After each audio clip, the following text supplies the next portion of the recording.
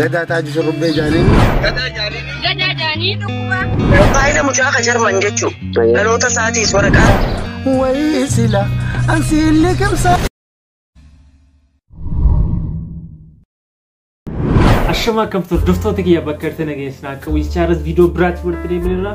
Viidiyoo kanarraa akka waa barattan abdii guddaan sirraa qaba. Namoonni chaanalii kanaaf haarata ta'uu jaartan subscribe gochuun dagatinaa mallattoo notification tuqaan sin jechuu barbaada. Yaada yoo qabaattan koomentii barreessa. Hagarumaatti na daawwan. Gidduu kana gaa yookiin kaleessaaf dhingada wanti sooshaal miidiyaa irra deemaa jiru waan baay'ee nama gaddisiisudha. Artistii Taajuu Shurrubbee haadha manaa isaa galaafateetu jira yookiin ajjeesetu jira kan jedhudha. Kanaafi sanaafi wanti jedhu sooshaal miidiyaa kamirra naannaa jira. Namni yaada mataa isaatiin waan itti dhagahame waan keessaa jiru hundumaa calliseetu dubbataa jira. Dubbiin sana miti wiccitii abbaa manaa haadha manaa gidduu jiru rabbumatu beeka. Saniif namooti hedduu namoota durii irraatti dubbachuu baanne yookiin iseettis murteessuun sirrii miti.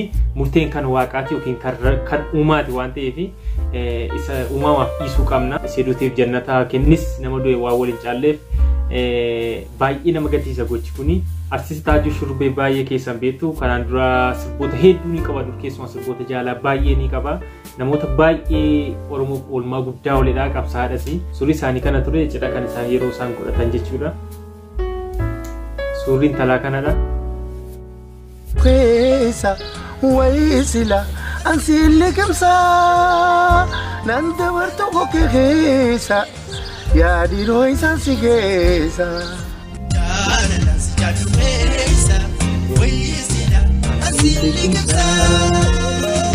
Barreeffama amma isiniif dubbisuuf jechaa jiru erga haadha manaa isaa ajjeesee booda dhaqee inni kana barreessee dhaqee seeratti harka isaa kenna. Akkas jedheetu toora Facebook isaati irratti gadhiisee ture. Namoonni jaalugaa nama jaallattanii akka kiyya kana hin ta'inaa. Taajuu Shurrubbee irraa gorsa fudhadhaa. Warri dubartoonni ammoo dhiira soobdanii daldala godhatanii biyya ambaa dhuftanii ijaarsa isin irratti laffa'ee biyyarraa isin fidatetti garagaltanii akka barbaadan ta'a biyyatti diimokiraasii jettanii jaarsa keessanitti garagaltanii qullaa hambiftan dhiira waliin akkan barbaade ta'uu barbaadan gorsa fudhaa aadaa fi safuu amantaa fi namummaa diiddanii. Namoonni dhiiraa ammoo dubartii dhiirti akka keessanii fuutee jaartii namaa tan itti laffee biyyarraa fuudhe biyya ambaa fidatan barbaadanii jaarsa akka addaan baatu akka barbaadde akka taatuu fi biyyattii biyya faranjii jettanii baafachuuf carraaxxan jiruu namaa balleessuuf gorsa fudhaa adabadhaa. Ani gama kiyyaan addunyaa shiraan guutamte tana isiniif dhiisee mana tokko keessan hanga umuriin rabbii naa dhuftutti jiraadha jedhee tura. Kana jechuusaa mana tokko keessa jechuun mana hidhaan jiraadhaadha. Kana booda haga lubbuun kiyya dabartutti yookiin haga rabbii na fudhatutti yookiin hanga lubbuun kiyya dabartutti mana hidhaa keessa jiraadhaadha. Murtoo akkasii murteeffatee dhigaa kan inni haadha manaa isaa ajjeese jechuudha. Kun hunduu haati sanatti waan ta'e kanatti gochuu kana sanaaf waan jedhu isaan lamman gidduu waan jiru rabbi malee namni beeku hin jiru. Waan tarkaanfii amma kanaa fudhachuudhaan isa geesse maybe nu keessa illee waan beeknu tokko hin qabnu. Amma osoo mana hidhaa hin deemin dura haadha manaa isaa kan kanaan duraati faayila ergee qaba. Mucaa keellee guddifadhu waan jedheen ergaa dabarsee fi mana hidhaa deeme ni qaba. Akka waan si qunnameetti himu jiranii waan akka dokumentii fi kanaas sitti ergee takka ummaas yaani rakkina hamaa kan isa seenatiin jira ilmoo deetti kootu maal waan akkasii takkaattu haasoma jirti no.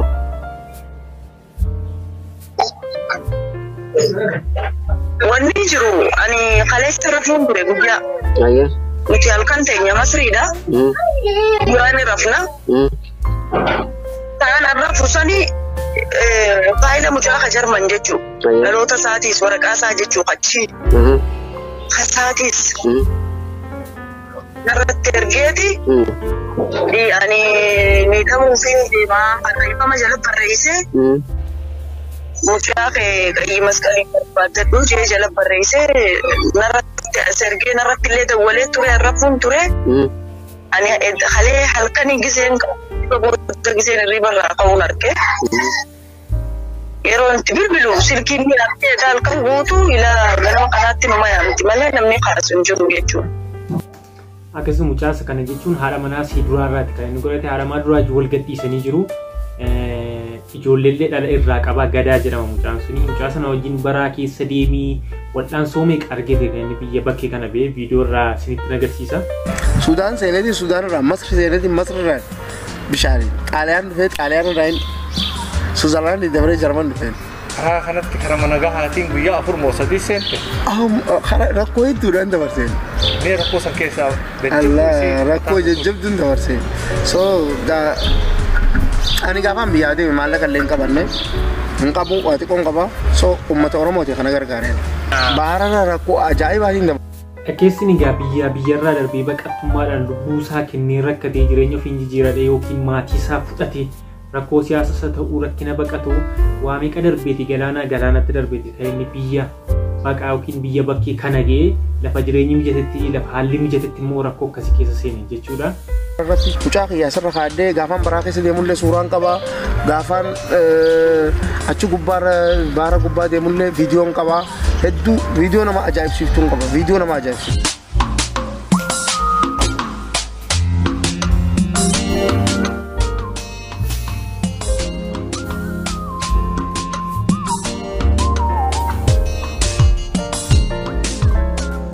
Dayu mal jetame akam dufte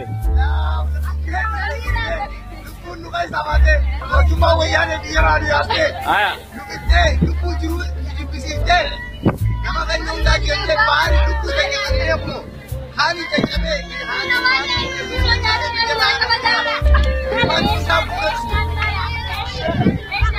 मैं अम्मा हर का चबे जरा माल किसे था तू सरा चबे obat utarani marka kamnedi wayana biyaran wadi ko ilmo dai no jilal utangiya وانت لك هندسي لا دبتي اگرته utangiya la du jirala heramale جديد خبري ابو ما تمرات تجربه بلو ده asgara simtangiya fulala ما تاخذ له دولارات gada jani dukuba gada ni le lafate pe nor ka lafate mal ko no mishan tilan ni ke sirra dubi tilan ni abu bani qarate video na maatii isaallee ijoollee isaa yookiin dhala isaa fudhatee keessi inni rakkoo cimaa argeeti kan inni biyya bakkee sana ga'ee sadi mucaan sun illee guddatee kun kana ture. waliin baraa Sudaan keessaa fi Masri keessaas dabarree bishaanas fagii dabarree amma Jarman magaalaa Nuurambargi keessatti argamnu Azraa kottu gada koko obbaba kono mucaan kiyya san kana kono lan gadaa taaju shurrubbee jaanini akkasi hawaasa Oromoo wal baraa ilma keessanii gadaadha maqaansaa. afaan beeka Gada dhaamsa dhaamma dhumee Oromootti akkam jirtan nagaa fayyaa jiin Akkam jirtan nagaa fayyaadhaasin. nagaa jiin Nagaa qabdaniisin. afaan oromoo akkamiin barat Ni baradam. Likkateen barad. akkamiin eessaa barat Isaa baradamoo. Rabbiitu naa godhe. Rabbiituutu achi gara galeettiin Oromoo na barsiise bara. rabbiitu Oromoo si barsiise yes sir.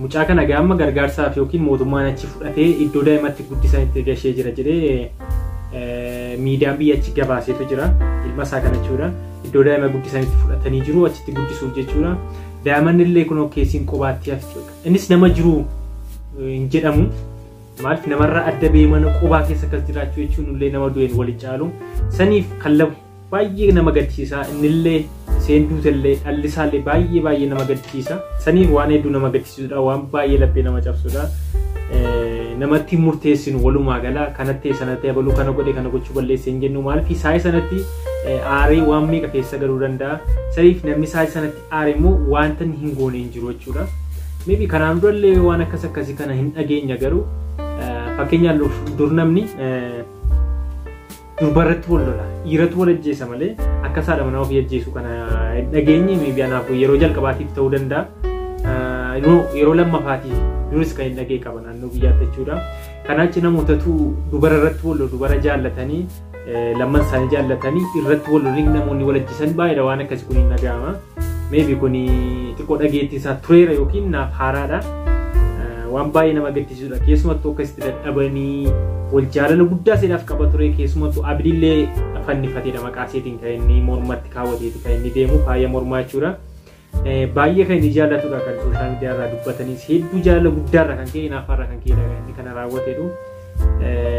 Saniif baay'ee rakkisaadha. Walumaa gala namooti jaalala keessa jirtanii namooti jaalala waliif qabdan jaalalleewwan yookiin abbaan afaan jaalala guddaa waliif qabdanii wal kunuunfachuu waliif amanamuu wal shakkuu dhiisuu walirratti hinaafuu dhiisuun gaariidhaan jedha akka kiyyatti.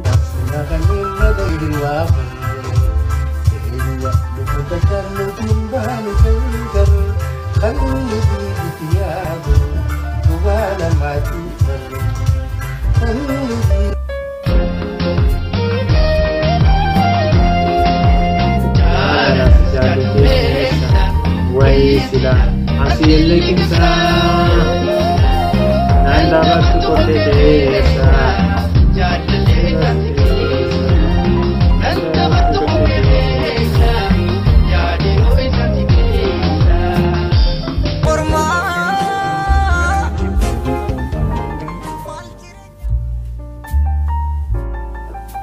Politiin keenya kunillee biyya ormaa jireenya jiruuf baateeti kan isheen achitti dhukkubsattee yookiin sammuu seenaa gaamiti maal akka taatellee himattu sanii uummanni Oromoo bakkeetti arganitti kan sooshaal miidiyaa irratti namooti see beektanii maatii see beektanii edanii barbaadanii sooshaal miidiyaa irratti gadhiisanii namoonni keenya baay'een jireenya isaanii maatii isaanii jiruuf akka isaan biyyaa ba'anii achi ga'anii garuu waan akkasii na mudataa fi godhan yookiin waan akkasii na mudate jedhamee yaadamu. Akkuma namni kamiyyuu deemu jireenya ofii jijjiiruu deemta achi geesse waan si mudatu beektu saniif mucaan keenya kunillee ammaa hospitaala galteeti kan isheen yaalamaa jirtu Oromoon achi qabanii jechuudha. Saniif wantoota akkasii kun biyyoota bakkee kana keessatti Oromoo keenya baay'ee ni mudata. Hordoftoota kee viidiyoo isin qade kana fakkaata akkatti waa barattan abdii guddaan sirraa qaba. Namoonni hagammatu subscribe godhaa daawwachaa jirtan subscribe godhaa jechuun barbaada. Yaada yoo qabaattan koomentii barreessaa. Yeroo biraa viidiyoo biraatiin hanga walitti deebinutti nagaan tura.